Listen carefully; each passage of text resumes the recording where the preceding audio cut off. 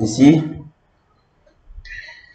bon, nous tous on sait que non, dès qu'on l'ouvre, il vient comme ça. Bon, ici, ça c'est un robot que je n'ai jamais utilisé sur la machine là, utilisé sur l'autre. Bon, ici, c'est quand vous voulez travailler sur les projets en bâtiment, uniquement en bâtiment, vous êtes là. Si vous voulez travailler sur les projets bâtiment, c'est-à-dire le béton, mélangé avec CM, vous prenez coq. Mais si vous voulez travailler, par exemple, en CM, c'est mieux d'utiliser Vortex Spatial. Maintenant, c'est pas tout. Par exemple, quand on vient sur plus, robot a beaucoup de trucs ici, beaucoup même, beaucoup, que vous pouvez utiliser pour faire vos études. Mais chaque truc ici correspond à une étude, chaque truc ici correspond à une étude. Par exemple, si nous voulons faire le bâtiment, on va utiliser ici. Si nous voulons faire construction métallique, on peut utiliser ici, on peut utiliser ici. Si vous voulez faire les mix, c'est mieux d'utiliser le coq. Maintenant, nous allons utiliser étude des portiques là. Donc, c'est sur ça que nous allons utiliser par exemple. Voilà, donc sur ça, vous cliquez.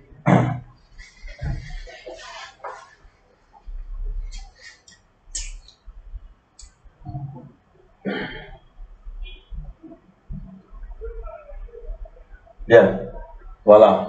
C'est un logiciel qui est comme ça, avec beaucoup de paramètres.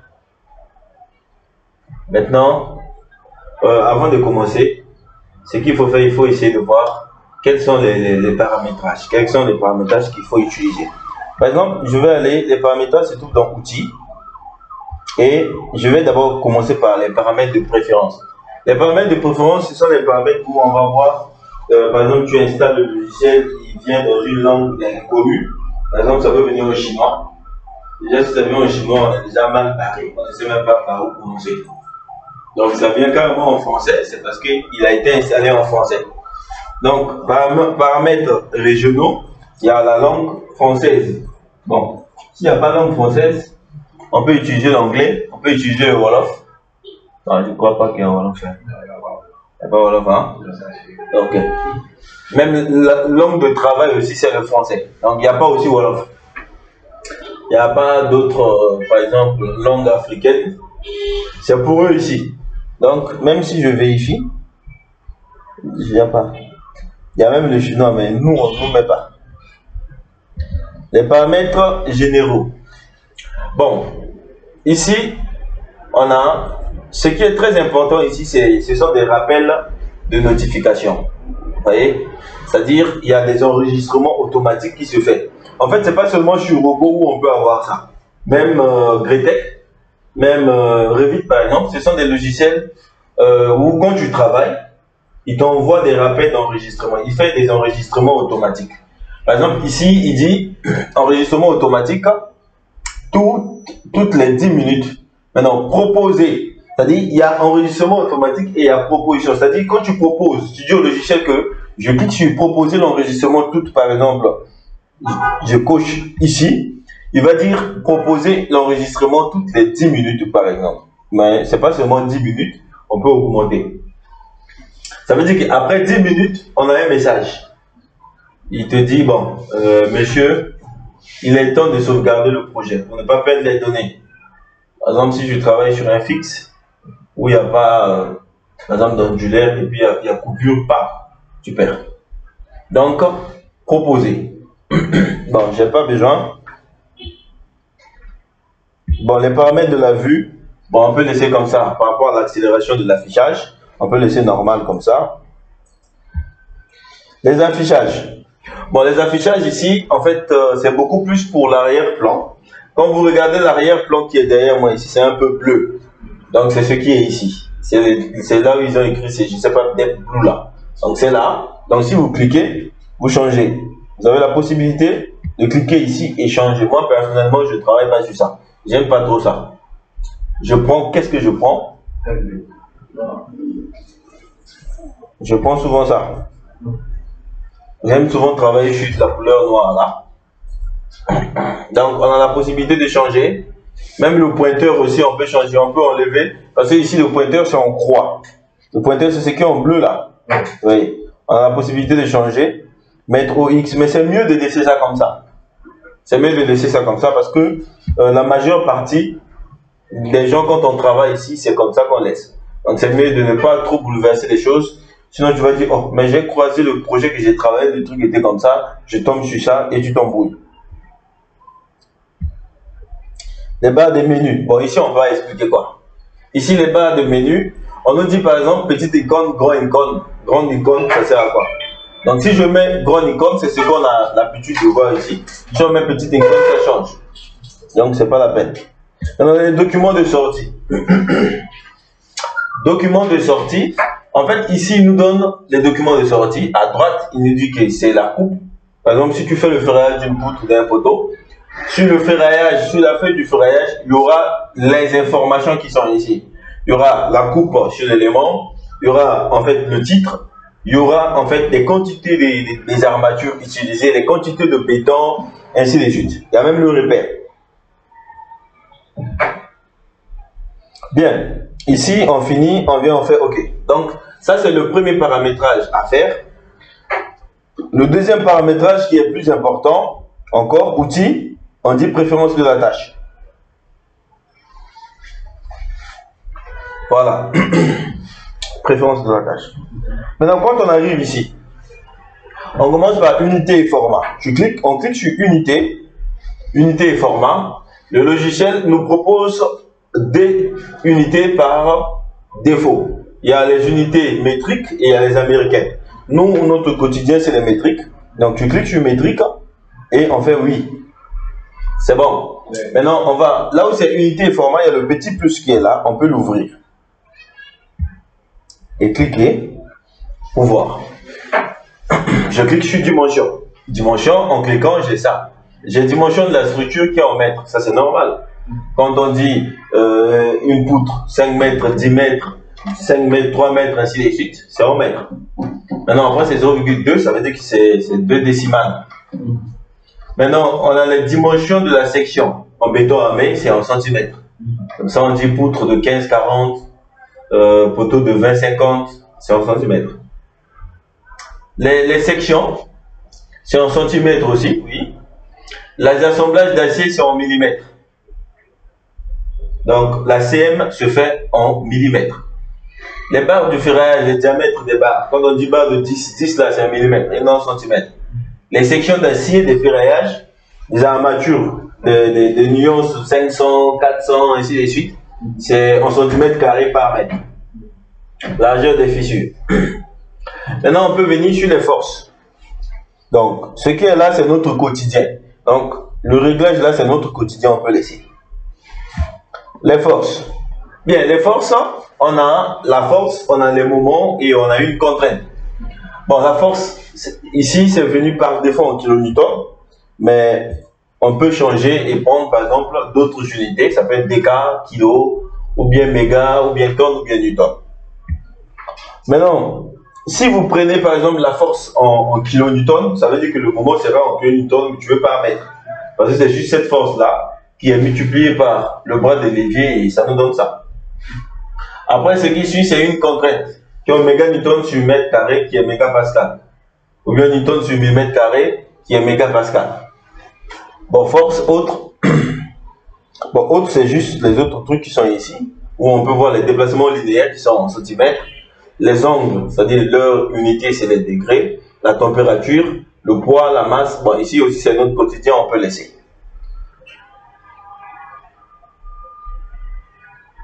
Bien, je viens sur les matériaux. Je viens sur les matériaux. Je viens sur matériaux. Donc, je peux fermer le petit là.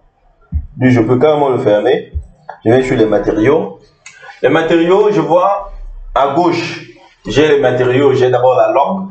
Et à droite, j'ai le jeu primaire. Le jeu primaire, je vois, j'ai 4 types de matériaux. J'ai l'acier, j'ai le béton, l'aluminium et le bois. Maintenant, l'acier. L'acier, en cliquant, on a pas mal d'acier. C'est-à-dire, comme quand vous prenez par exemple le béton, vous allez rencontrer 20, 25, ainsi de suite. Ici également aussi, on a pas mal d'acier qu'on va utiliser. Maintenant, il ne faut pas oublier que souvent, en construction métallique, il y a des classes. Ça, on va voir ça un peu quand on va commencer. Il y a des classes. Donc en construction mécanique, on utilise des classes. On sait que donc ici on travaille en plasticité, il faut utiliser telle classe. Ici on travaille en temps, il faut utiliser telle classe. Ça, on va parler ça, je crois, dans notre prochain cours, on va parler de ça. Parce que c'est pas les mêmes aciers qu'on utilise, par exemple, quand on fait les entrepôts des hangars. C'est pas les mêmes qu'on utilise pour les ponts les ponts, par exemple, les ponts qui se trouvent ici au niveau de la VDN. Ça, on peut pas mettre ça sur les hangars. Ça change, ça c'est gros. Voilà.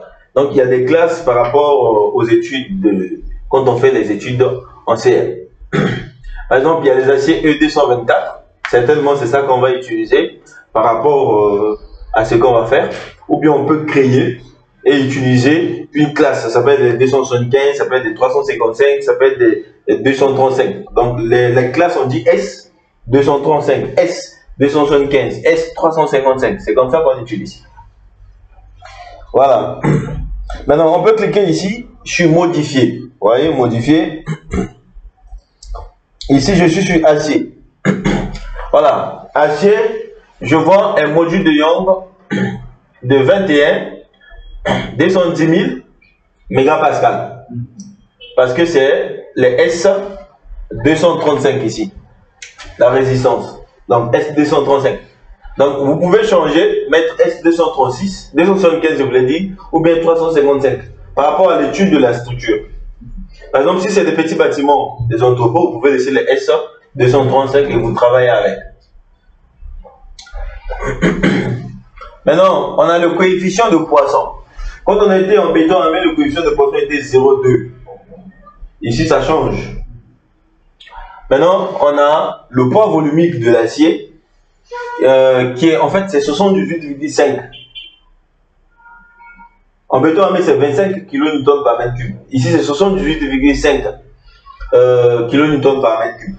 Mais ils ont mis 77,01. Donc on peut changer en mettant 78,5.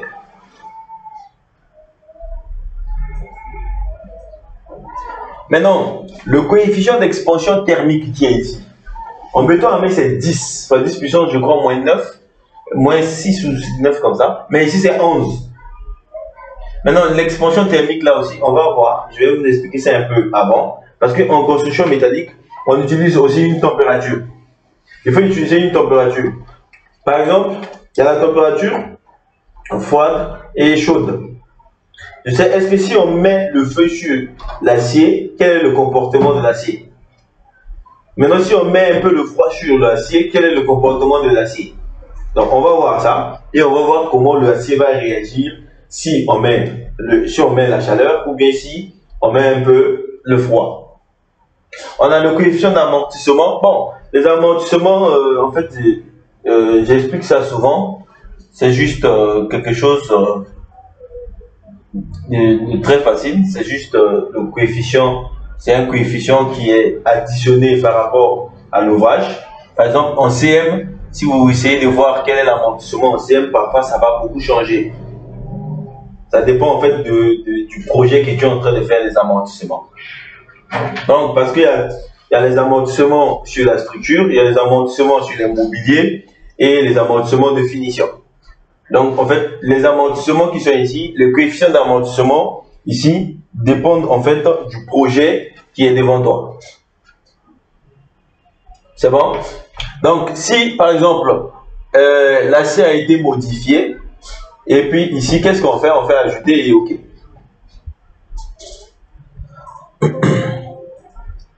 Après, vous venez ici, soit il y a deux aciers, soit c'est le 1 là qui est modifié, ou bien si vous avez écrit acier sec, vous allez retrouver ça ici et vous insérez ça.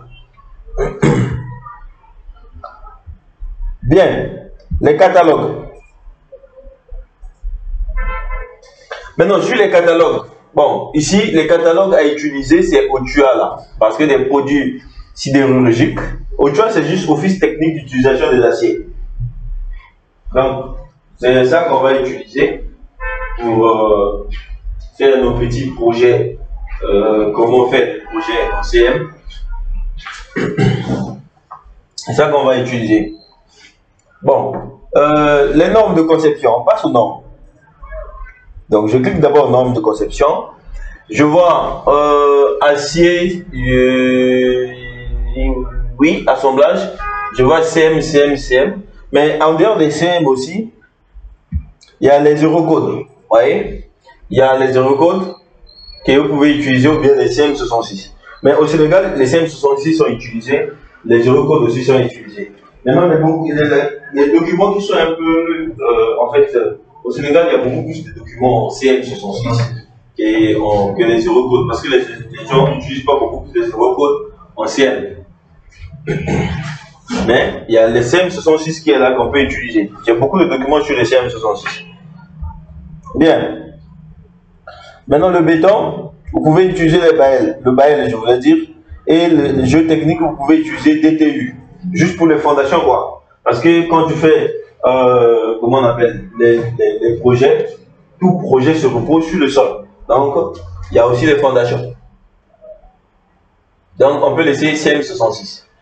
Maintenant, je clique sur le petit plus qui se trouve sur norme. Je vais cliquer sur charge. La pondération, c'est CM66. Mais, sur cette pondération, c'est pas seulement CM66, il y a même le BAEL qui est là. Il y a tout de même les eurocodes. Maintenant, la différence entre CM66 et le BAEL, c'est quoi? C'est au niveau de la charge, au niveau du cas permanent. Au niveau du cas permanent, quand tu es au CM, le G n'est pas 1.35. Quand c'est le CM65, le G c'est pas 1.35, c'est 1,33. Donc pourquoi? Parce qu'on essaie d'alléger un peu le coefficient de majoration des charges permanentes pour ne pas que le bâtiment soit trop chargé à cause du vent. Quand je clique ici, CM66, je vois charge permanente, la nature ici, le coefficient est là, c'est 1.33. Mais l'exploitation n'a pas changé. Maintenant, il y a une chose qu'on doit retenir, que le vent et les charges permanentes sont deux charges opposées. Quand tu fais les constructions métalliques, par exemple, quand tu fais un hangar, il faut savoir que la charge permanente, c'est-à-dire les charges que tu vas mettre, par exemple, sur ta petite toiture, est toujours opposée à la charge du vent.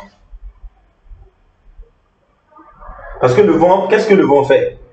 Le vent a tendance à soulever, en fait, le bâtiment que tu es en train de faire, le projet.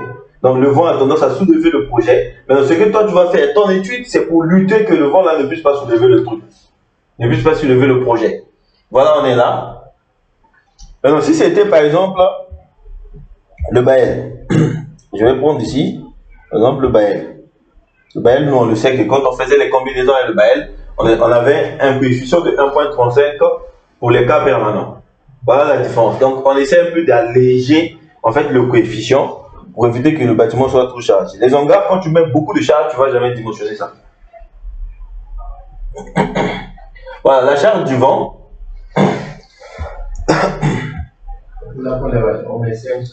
Oui, CM66.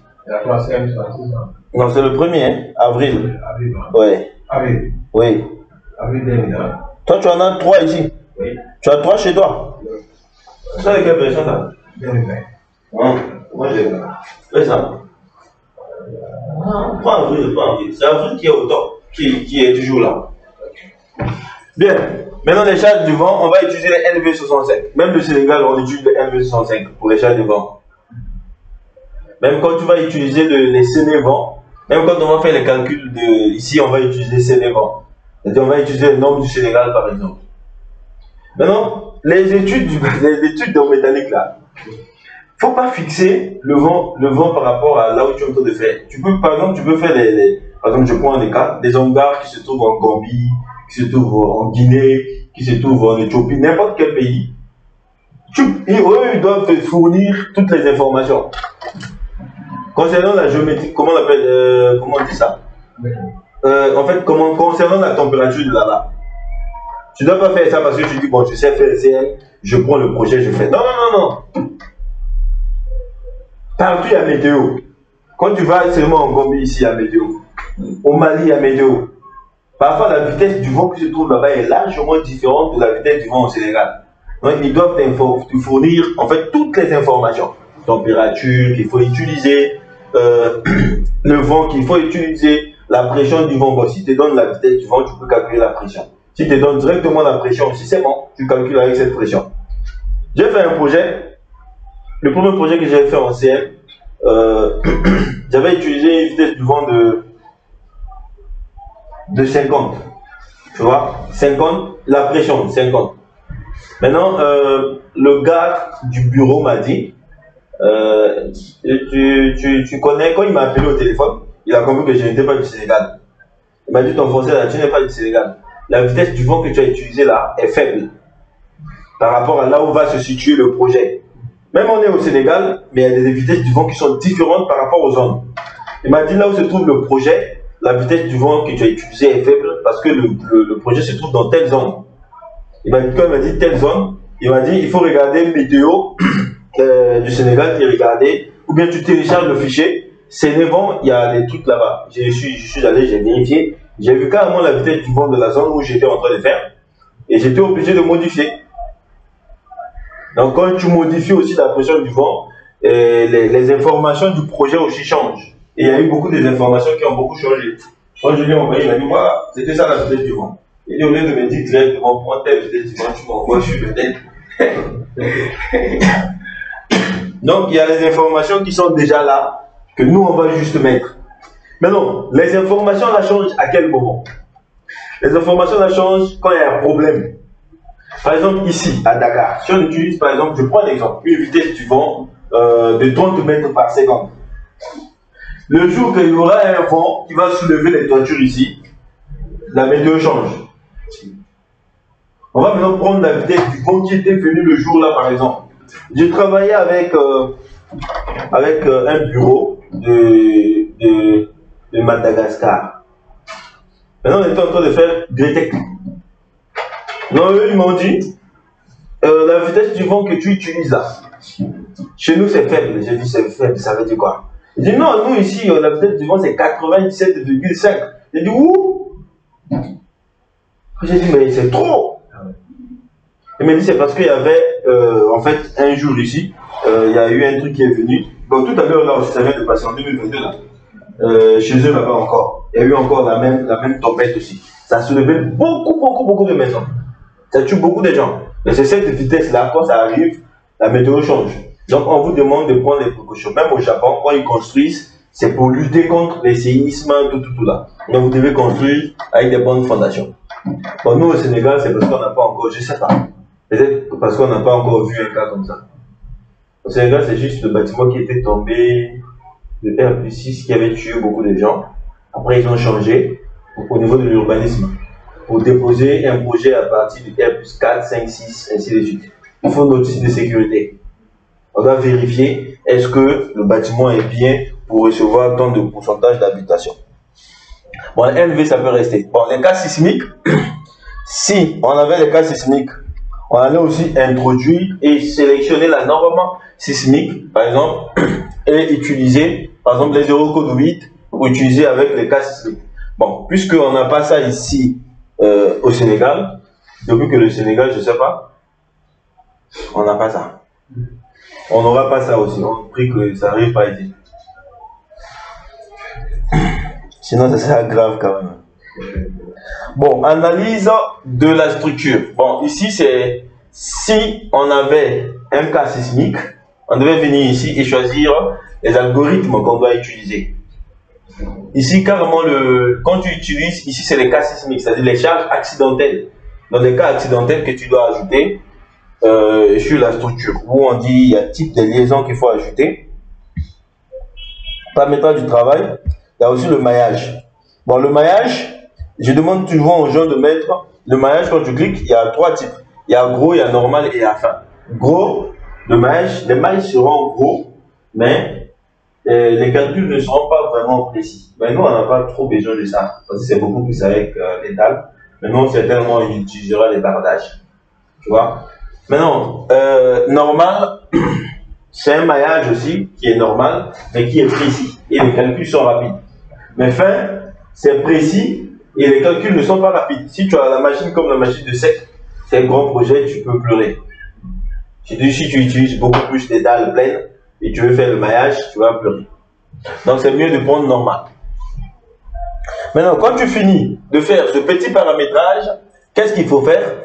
Il faut charger les paramètres par défaut ou bien enregistrer les paramètres comme les paramètres par défaut. Dès que tu fais enregistrer les paramètres comme les paramètres par défaut, ça veut dire que prochainement, quand tu travailleras sur robot, ce sont les informations là que tu vas utiliser. Donc, si tu veux modifier, tu seras obligé de revenir ici, modifier les paramétrages afin de pouvoir utiliser les nouveaux que tu viens de mettre. Sinon, on fait OK.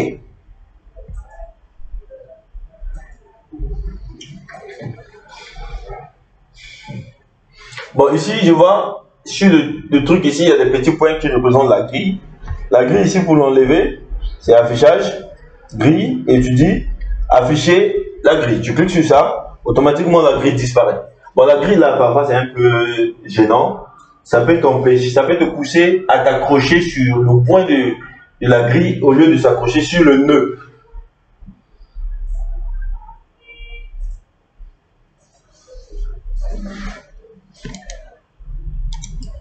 Bien. Maintenant, comment faire, par exemple, pour importer un fichier ici? Il y a importer. Je vais cliquer sur fichier. Fichier, je vois importer. Donc, on peut importer les fichiers CAO, c'est-à-dire DXF et DWG. Mais souvent, quand tu importes, ça peut venir en bloc et ça t'empêche de s'accrocher sur l'élément. La meilleure façon que je dis souvent aux gens, ce n'est pas d'importer, mais c'est d'ouvrir. Parce que quand tu fais importer DXF, le mode d'accrochage est très compliqué. Maintenant, quand tu fais ouvrir, par exemple, ouvrir le projet, tu fais ouvrir. Ici, c'est en fichier, le type de fichier ici, c'est RTD. RTD, c'est le fichier robot. Tu vois? Maintenant, tu changes. Par exemple, si le dessin est en DWG, tu cliques ici, en bas, tu défiles. Tu vois DXF et DWG. Tu choisis. Donc, si le dessin est en DWG, tu viens ici, tu choisis DWG. Tu prends DWG et tu cherches réellement là où se trouve ton DWG. Je n'ai pas ça ici, mais j'ai aucun fichier DWG.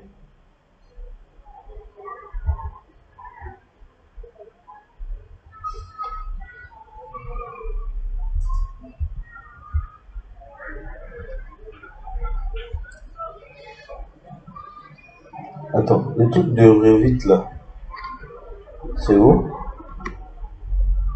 Revit.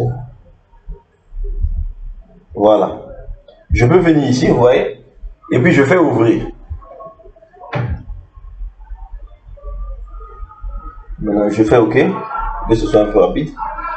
Il va charger.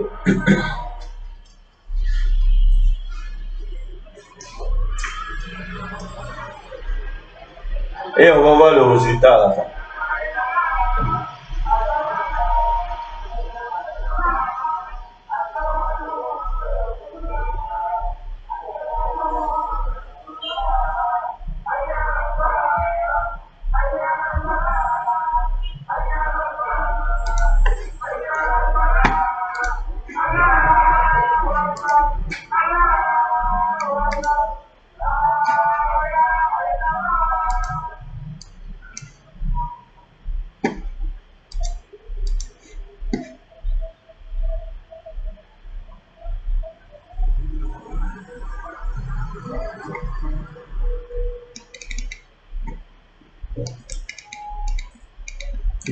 Petit. En fait, ça rame même ma machine, quoi. C'est pas bienvenu, hein. Je ne sais même pas si le fichier il était bon ou pas. Voilà, mais sinon c'est comme ça qu'il faut le faire. Il faut l'importer. Après, il y aura des modes d'accrochage. Mais en fait, cette pratique ne me plaît pas trop. Cette pratique d'importer le fichier DWG, ça me plaît pas trop. Souvent, en fait, les unités après à la fin, tu n'auras pas les bonnes mesures. Souvent, tu n'auras pas les bonnes mesures. Prends ton temps à bien voir et à bien travailler ça sur le logiciel qui est venu. Si c'était sur AutoCAD, tu prends le temps de bien voir ça sur AutoCAD. Mais si c'était sur Revit, c'est pas la peine. C'est pas la peine, tu vérifies sur Revit, après tu envoies ça ici. Ça fatigue même ma machine pour rien.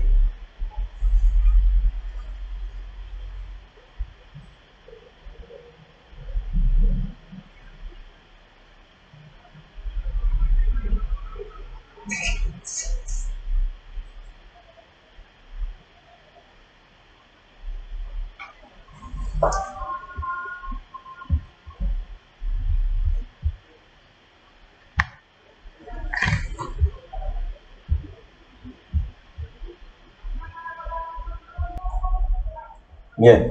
Donc, voilà. Maintenant, structure. Structure, c'est comme le cœur de la modélisation. Donc, structure. Quand tu es dans structure, c'est comme si tu as toute la modélisation. Donc, tous les éléments, en fait, les éléments qui, en fait, te permettent de faire la modélisation, se trouvent dans structure. En fait, quand tu commences sur robot, c'est structure que tu vas beaucoup plus utiliser que les autres fenêtres, par exemple, chargement, ça vient après. Mais la modélisation elle-même commence par structure. Même quand tu es dans structure, même type de structure, tu peux changer encore ici. Donc, tout est dans structure. Définir les axes, créer les étages, les nœuds, les barres, les panneaux, les objets. Tout est dans structure. Les relâchements, les matériaux, les ouvertures, tout se trouve dans structure. Donc, c'est dans structure où tu vas voir, si tu veux prendre poutre, c'est ici. Si tu veux prendre poteau, c'est ici. Ainsi de suite.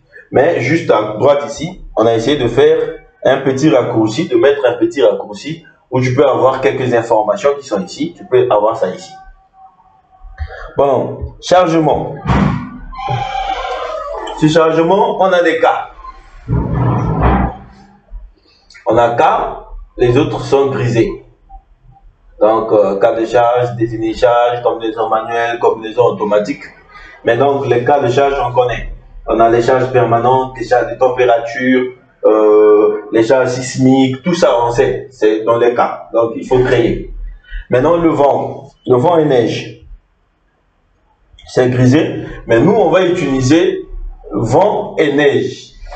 Simulation du vent, on va pas utiliser. On peut avoir aussi, si c'était par exemple les pylônes, vous allez voir que c'est les vents sur pylône. Mais avant, ça n'existait pas. Après, ils ont inséré ça. Oui. Même simulation des charges du vent, avant, ça n'existait pas. Par exemple, quand tu prends un robot 2014, ça n'existe pas. C'était juste neige et vent en 2D et 3D. Maintenant, après, ils ont compris qu'il y a des bâtiments qui vont en hauteur beaucoup plus. Qu'est-ce qu'il faut faire? Il faut faire une simulation des vents, des charges du vent. Après, ils ont inséré. Maintenant, par exemple, neige et vent, quand tu cliques sur ça, tu dois avoir les informations. Parce que ici, on n'a pas les informations. Ils vont nous demander de sélectionner la liste des éléments qu'on veut faire et par exemple mettre ici pour avoir ce qu'on veut. Bon, puisqu'on n'a encore rien, on va laisser.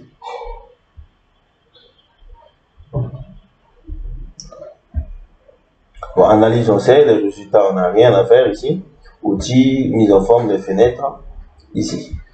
Bien, maintenant, par exemple, comment on fait pour créer les niveaux? Ça, c'est ce qu'on a fait. On a fait sur Revit, les arborescences, comment créer les différents niveaux. Je vous ai dit que structure est le cœur de la modélisation. Donc, structure, étage, étage.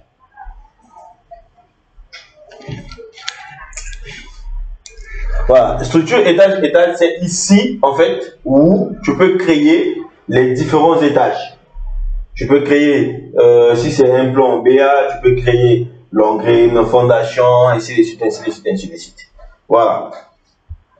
Donc, ici, c'est comme ça. Maintenant, comment créer les lignes? Toujours structure, définition des axes. Définition des axes. Maintenant, ici, on a, d'abord, il faut connaître que il y a le repère cartésien et le repère cylindrique. Le repère cartésien, c'est notre quotidien qu'on utilise avec les formes 90 degrés, 45 degrés, ainsi de suite. Mais cylindrique, ça fait appel à autre chose. Quand on arrive sur cylindrique, là où on avait X, c'est devenir radial, angulaire et le Z. Bon, le Z est là, le Z ne bouge pas parce que c'est le Z, c'est ce qui est vertical. Ici, ça devient maintenant les angles qu'il faut mettre. Alors non, c'est le repère cartésien. Cartésien, on a X, on a Y et Z. Z, c'est la hauteur. X, Y, Z, je laisse d'abord parce que je n'ai encore rien, aucune information. Je viens sur Z. Z, regardez, j'ai la position, j'ai le repère et j'ai l'espacement, c'est-à-dire le pas. La position, quand je commence, je peux commencer à une position 0, 0. Maintenant, je viens, il me demande de répéter X. X ici, c'est juste l'espacement. Par exemple, si je veux répéter, par exemple, j'ai un espacement de 1m40 et que je veux répéter 1000 fois, je vais mettre ici nombre de répéter X 1000, ou bien je mets par exemple un exemple de 3. Je veux répéter 1m40. Donc, il va faire 1m40, il va répéter ça 3 fois. Qu'est-ce qu'il fait? Il fait 1m40, après, il ajoute encore 1m40 plus 1m40, ça nous fait quelque chose de 2,8, jusqu'à ce qu'il va faire 2,8 plus 1m40 encore. Donc, je fais ajouter, vous voyez, 1m40, 2,8, ainsi de suite. Donc, au fur et à mesure. Il commence d'abord par le niveau 0, 0, qui était la première position. La deuxième position du niveau 0, 0 au niveau 1m40. Après, le niveau 1m40 au niveau 2m80. Et le niveau 2m80 au niveau 4m20. Ça, c'est les espacements, les hauteurs par rapport à Z. Donc, j'ai mis d'abord 0, après 1m40, après 2m80, après 4m20. Donc, si on peut supprimer, on fait juste supprimer tout. Maintenant, les X et les Y, nous tous on le sait. On regarde le repère global. Parce que sur ce logiciel, il y a deux types de repères. Il y a le repère global et les repères locaux. Ça, c'est le repère global. Donc, le repère global ici, nous sommes ici, en quel mode? Il nous dit X, Y. C'est pour cela qu'on voit ici X, Z.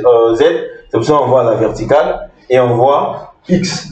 Mais on a la possibilité de changer. En venant ici, on met X, Y. La 2D, vue en plan. Donc, ici, c'est Y. Ici, c'est X. Donc, je peux venir sur X et je mets toutes les informations concernant X. Maintenant, il y a une chose qu'on doit mettre dans la tête. Par exemple, si vous étudiez les hangars, par exemple, les hangars, ce sont les éléments symétriques. C'est pas comme les études en béton armé où tu souffres. Il faut prendre les poutres, tu t'imagines. Ici, c'est pas comme ça. Ici, c'est l'étude de l'ensemble des poutres. Donc, ici, c'est les éléments cylindriques, c'est les éléments, c'est les projets symétriques. Donc, celui qui se trouve à gauche, c'est celui qui se trouve à droite. C'est-à-dire, même distance, si on te donne par exemple 12, tu divises par 2. Tu as 6 à gauche et 6 à droite. C'est comme ça. En fait, eux aussi, ils te donnent les informations concernant tout ce qui est CM. Les projets de CM, quand tu fais, tu as déjà toutes les informations. C'est pas comme béton où tu cherches. Or, les CM, ils font déjà les trucs. Si tu vois quelqu'un qui fait les plans de CM où c'est pas symétrique, ça veut dire que c'est pas bon. Le projet de CM, c'est cylindrique, c'est symétrique. Pour éviter que ça tombe. Pour éviter que le poids d'ici, parce que quand c'est 5 mètres, 4 mètres, le poids dépasse. C'est pas normal. Or, il faut prendre 4 mètres 50, 4 mètres 50. Donc, ça dépend aussi de ce qu'ils ont fait par rapport à leur projet. S'ils savent que non, ils vont mettre leur porte, par exemple, centrale. Ils vont faire ça, par exemple, en pignon comme ça, ils doivent respecter ça, ce qui est à gauche doit être à droite.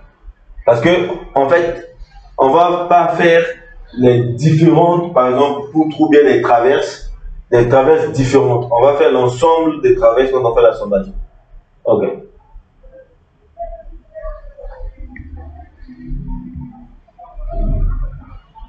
Voilà. Donc, ici, je ferme. Bien. Maintenant, je vais venir dans structure et je vais dire, par exemple, barre. Je prends barre. Non, je suis barre. Quand je prends barre, j'ai les caractéristiques. Dans les caractéristiques, j'ai les types, j'ai les sections et j'ai le matériau. Donc, si je prends barre, je clique ici. Là. En cliquant là, je vais voir, j'ai des barres, j'ai des poutres, j'ai même des câbles. J'ai des poteaux en béton armé, j'ai les arbalétriers en CM, j'ai les diagonales, j'ai les membrures, j'ai ainsi de suite, ainsi de suite, ainsi de suite. Je vais laisser barre par exemple. Maintenant ici, quand ça vient, que ce soit Revit, vous qui travaillez aussi sur Revit, que ce soit Revit, que ce soit robot, quand vous ouvrez, automatiquement, ce qui vient en premier c'est CM. On a pris barre, vous voyez que c'est IPE qui est venu en premier. Donc, si je clique ici à côté ici, juste là à côté, en fait, ce sont les définitions des barres. C'est les définitions des barres. Parce que c'est comme si on travaillait sur le poteau. Comme vous êtes en train de dimensionner par exemple un poteau. En dimensionnant un poteau, on vous demande de mettre les coefficients. Le coefficient de flambement. Ici aussi, il y a la même chose. Quand vous travaillez sur les... Parce que les flambements, on vérifie sur les éléments qui sont verticaux. Maintenant, ici, en dehors des éléments qui sont verticaux, quand on vérifie les flambements sur les barres, par exemple les poteaux, pour le flambement, il y a aussi les poutres, c'est-à-dire les arbalétriers et ainsi de suite. Ça, on vérifie maintenant le déversement. Là-bas, on vérifie le flambement, ainsi de suite. Est-ce que vous vérifiez si c'est articulé, articulé, encastré, ainsi de suite. Maintenant, ici, il faut vérifier les déversements. C'est-à-dire, on va voir les équations à deux moments, de gauche à droite. Ça, on va voir ça après. Maintenant, je viens sur les sections des barres. Bon, sur le logiciel, là, il y a beaucoup, il y a presque tout. Je viens ici, section des barres. Je clique sur les 3 points. Ils nous ont envoyé les IPE, mais j'ai tout ça. J'ai les standards. J'ai les aciers. L'angle gamma, quand même, c'est un angle gamma. L'angle gamma, en fait, dans le robot ici, ça nous permet de faire des rotations sur les éléments. Par exemple, si je clique ici, je me souviens quand je commençais le robot, je travaillais sur un poteau. Le poteau, je devais tourner ça à 90. Je me suis dit, mais ça c'est tout vous. Mais non, puisque en fait, moi, je trouve toujours une solution quand je suis devant un problème. Je me suis dit, bon, puisque je n'arrive pas à tourner le poteau à 90, qu'est-ce que je fais? Au lieu de mettre B qui était 15 et H 30, je mets B 30 et H 15. J'ai tourné, non? C'est tourné? Hein? La même chose pour moi. Tu dis? La même chose pour moi. Toi aussi tu fais ça, non? Oui. Attends, je sais que non, le poteau que je devais tourner à 90, je n'arrive pas à tourner. Qu'est-ce que je fais? Je mets B comme ça et H comme ça. Ça me donne le truc, je passe. Après, c'est bien après que j'ai fait ça devant un gars. On était en train de travailler. Lui, il est aux États-Unis. On travaillait sur robot. Il me dit, qu'est-ce que tu fais? J'ai dit non, je suis en train de mettre mon mot. Il dit non, il y a l'angle gamma dans le robot, il faut mettre ça. Il m'a dit non, il faut aller là-bas. Je dit ah, c'est comme ça. Il dit oui, c'est comme ça qu'on utilise. Donc l'angle gamma, quand tu viens ici, tu vois, il y a les rotations, c'est-à-dire il y a les degrés que tu peux utiliser juste pour tourner. Mais sur Revit, c'est simple, un espace rec, ça permet de tourner. Bien. Maintenant, ici c'est acier, l'autre matériau qui est là. Maintenant, ici, je vois, il y a beaucoup. Il y a des tubes, il y a des I, il y a des C, il y a des L. Quand tu vois C là, ça veut dire que le truc commence par C. Quand tu vois I, ça veut dire que le truc commence par I. En fait, ça prend aussi les formes. Mais tu vas voir que dans les C, il y a beaucoup de C, dans les I, il y a beaucoup de I. Voilà, maintenant ici, ici je suis sur standard, ce qui est en premier. C'est-à-dire je suis sur standard, quand je dis standard c'est tout. Il y a les I, et les C, et les L.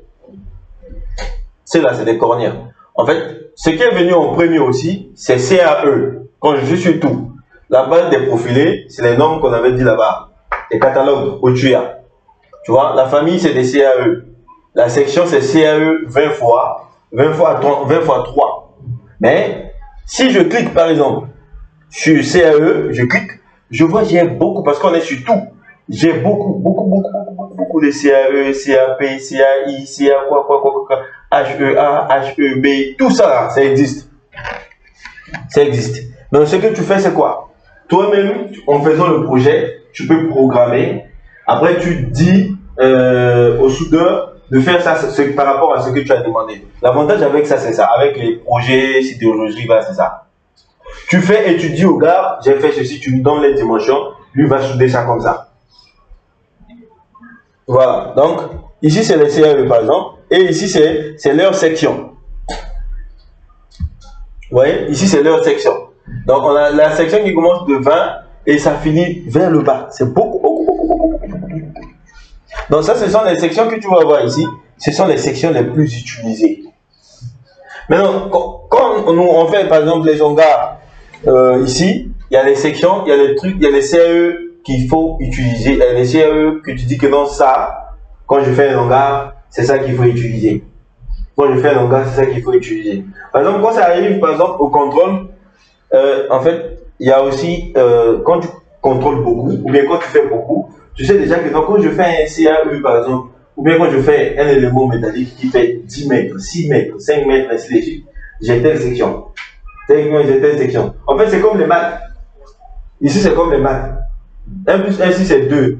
Prochainement, quand tu vas faire, tu dis que si ce sont les mêmes charges que je vais utiliser, ça veut dire que ma charpente ne va pas bouger. Ah, peut-être que la vitesse change. Souvent le vent. Souvent, c'est le vent qui change les trucs ici. Donc, CAE, ça veut dire cornière à L égale. Voilà. C'est pas seulement les CAE. Il peut y avoir, par exemple, les HEA. Voilà. Les HEA, ce sont des éléments, en fait, ce sont des profilés qui sont beaucoup plus utilisés pour les poteaux à cause de leur âme. Ça, je vais parler de ça aussi. Parce que quand on utilise les profilés ont âme et semelle. Ils ont double semelle. Ils ont une semelle inférieure et une semelle supérieure. C'est-à-dire, la semelle inférieure, par exemple, et la semelle supérieure. Et ce qui est au milieu, là, on appelle ça âme. Ce n'est pas l'âme de la personne, c'est quand même l'âme du profilé. Par exemple, les HEA, on utilise ça beaucoup plus sur les poteaux. Parce que leur âme, là, est un peu plus développée par rapport au IPE. On demande de plutôt utiliser les IPE sur les traverses que sur les poteaux. Ah mais ça soit un petit truc. Mais sinon, c'est les HEA, quand tu sais que ce sont les hangars, les grandes entreprises que tu vas faire, si tu ne veux pas avoir les retours des bureaux de contrôle, les poteaux, il faut mettre les HEA. Ça te permet d'aller un peu plus vite. Mais non, on n'a pas seulement les HEA 100. Déjà, les HEA 100, quand tu prends ça, ça passe pas. Quand tu fais des hangars, ça passe pas, c'est trop petit. Il y a les HEA 100, 120, 140, 180, 200, 220. C'est les multiples. Ça fait 2, 20.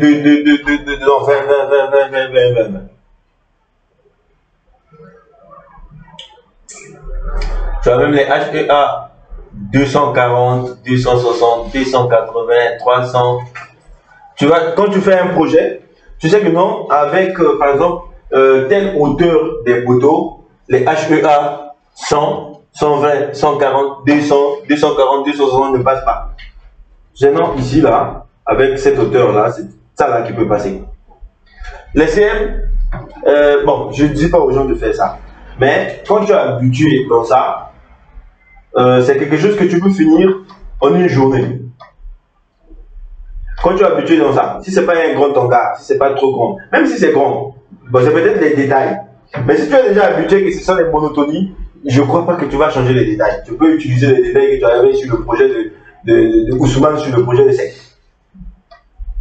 Si c'est seulement à Dakar, bon, si c'est seulement ici, là, avec les mêmes pressions du vent, si peut-être les sections, les dimensions changent, là, il faut calculer. Mais si ce sont les mêmes dimensions, tu calcules un hangar, c'est tout.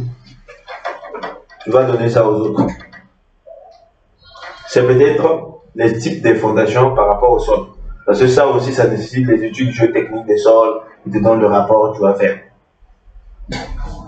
Donc, il n'y a pas seulement les HEA, les IPE. Les IPE sont beaucoup plus utilisés.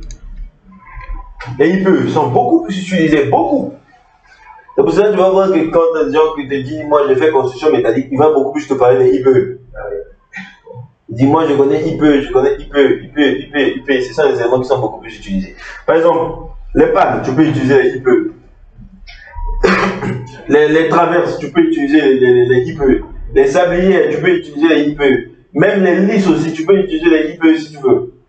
Ou bien tu peux utiliser les cornières. Tu vois, les IPE sont beaucoup plus sollicités quand tu fais des projets. Par exemple, tu dis que non, bon, pour mon projet là, de 5 mètres de long, les IPE 120, ça va passer. Ou bien les IPE 100. Et tu mets tac, tac, tac, tac, tac, tac, tu mets les calculs, tac, tac, tac, ça passe. Tout est vérifié, ils écrivent assez correct, assez correct, assez correct. Note de calcul, c'est fini. Tu fais les fondations rapidement, tac, tac, tac, tac, et tu envoies. Et puis, c'est ça, on contrôle toujours. CM, non, on contrôle toujours, toujours. On peut faire CM ici, ça quitte le bureau de contrôle, bureau d'études, on va construire. Non, non, non. Il faut contrôler. Ce sont des trucs qui tombent beaucoup plus, donc il faut contrôler.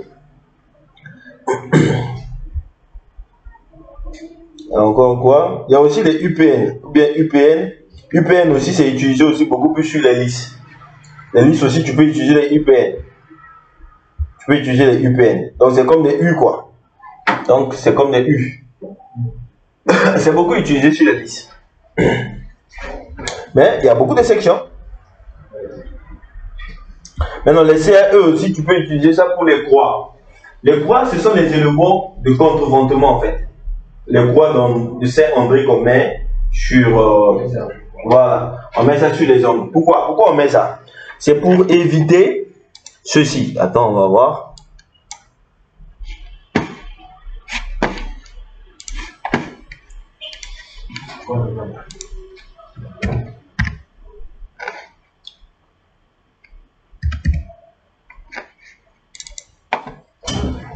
Vous voyez, par exemple, j'ai un hangar comme ça. Je prends un hangar. Vous voyez? Maintenant, quand le vent vient, qu'est-ce que ça fait? Ça subit une déformation. Ici, les fondations vont rester, non?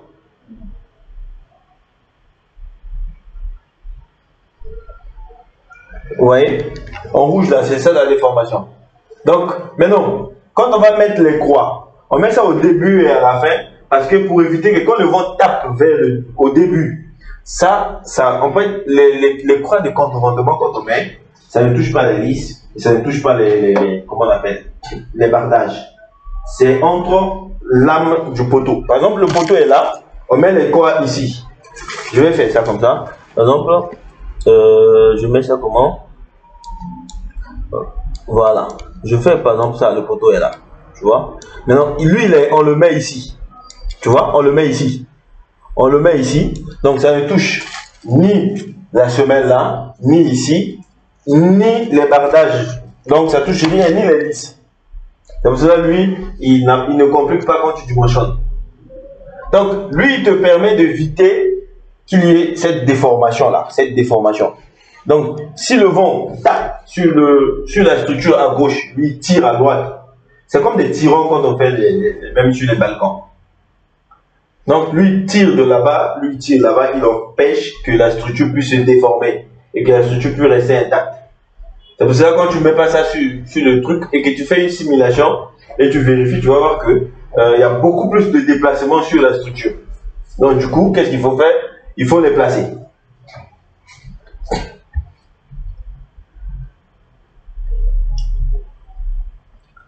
Voilà, donc les croix aussi, on va utiliser.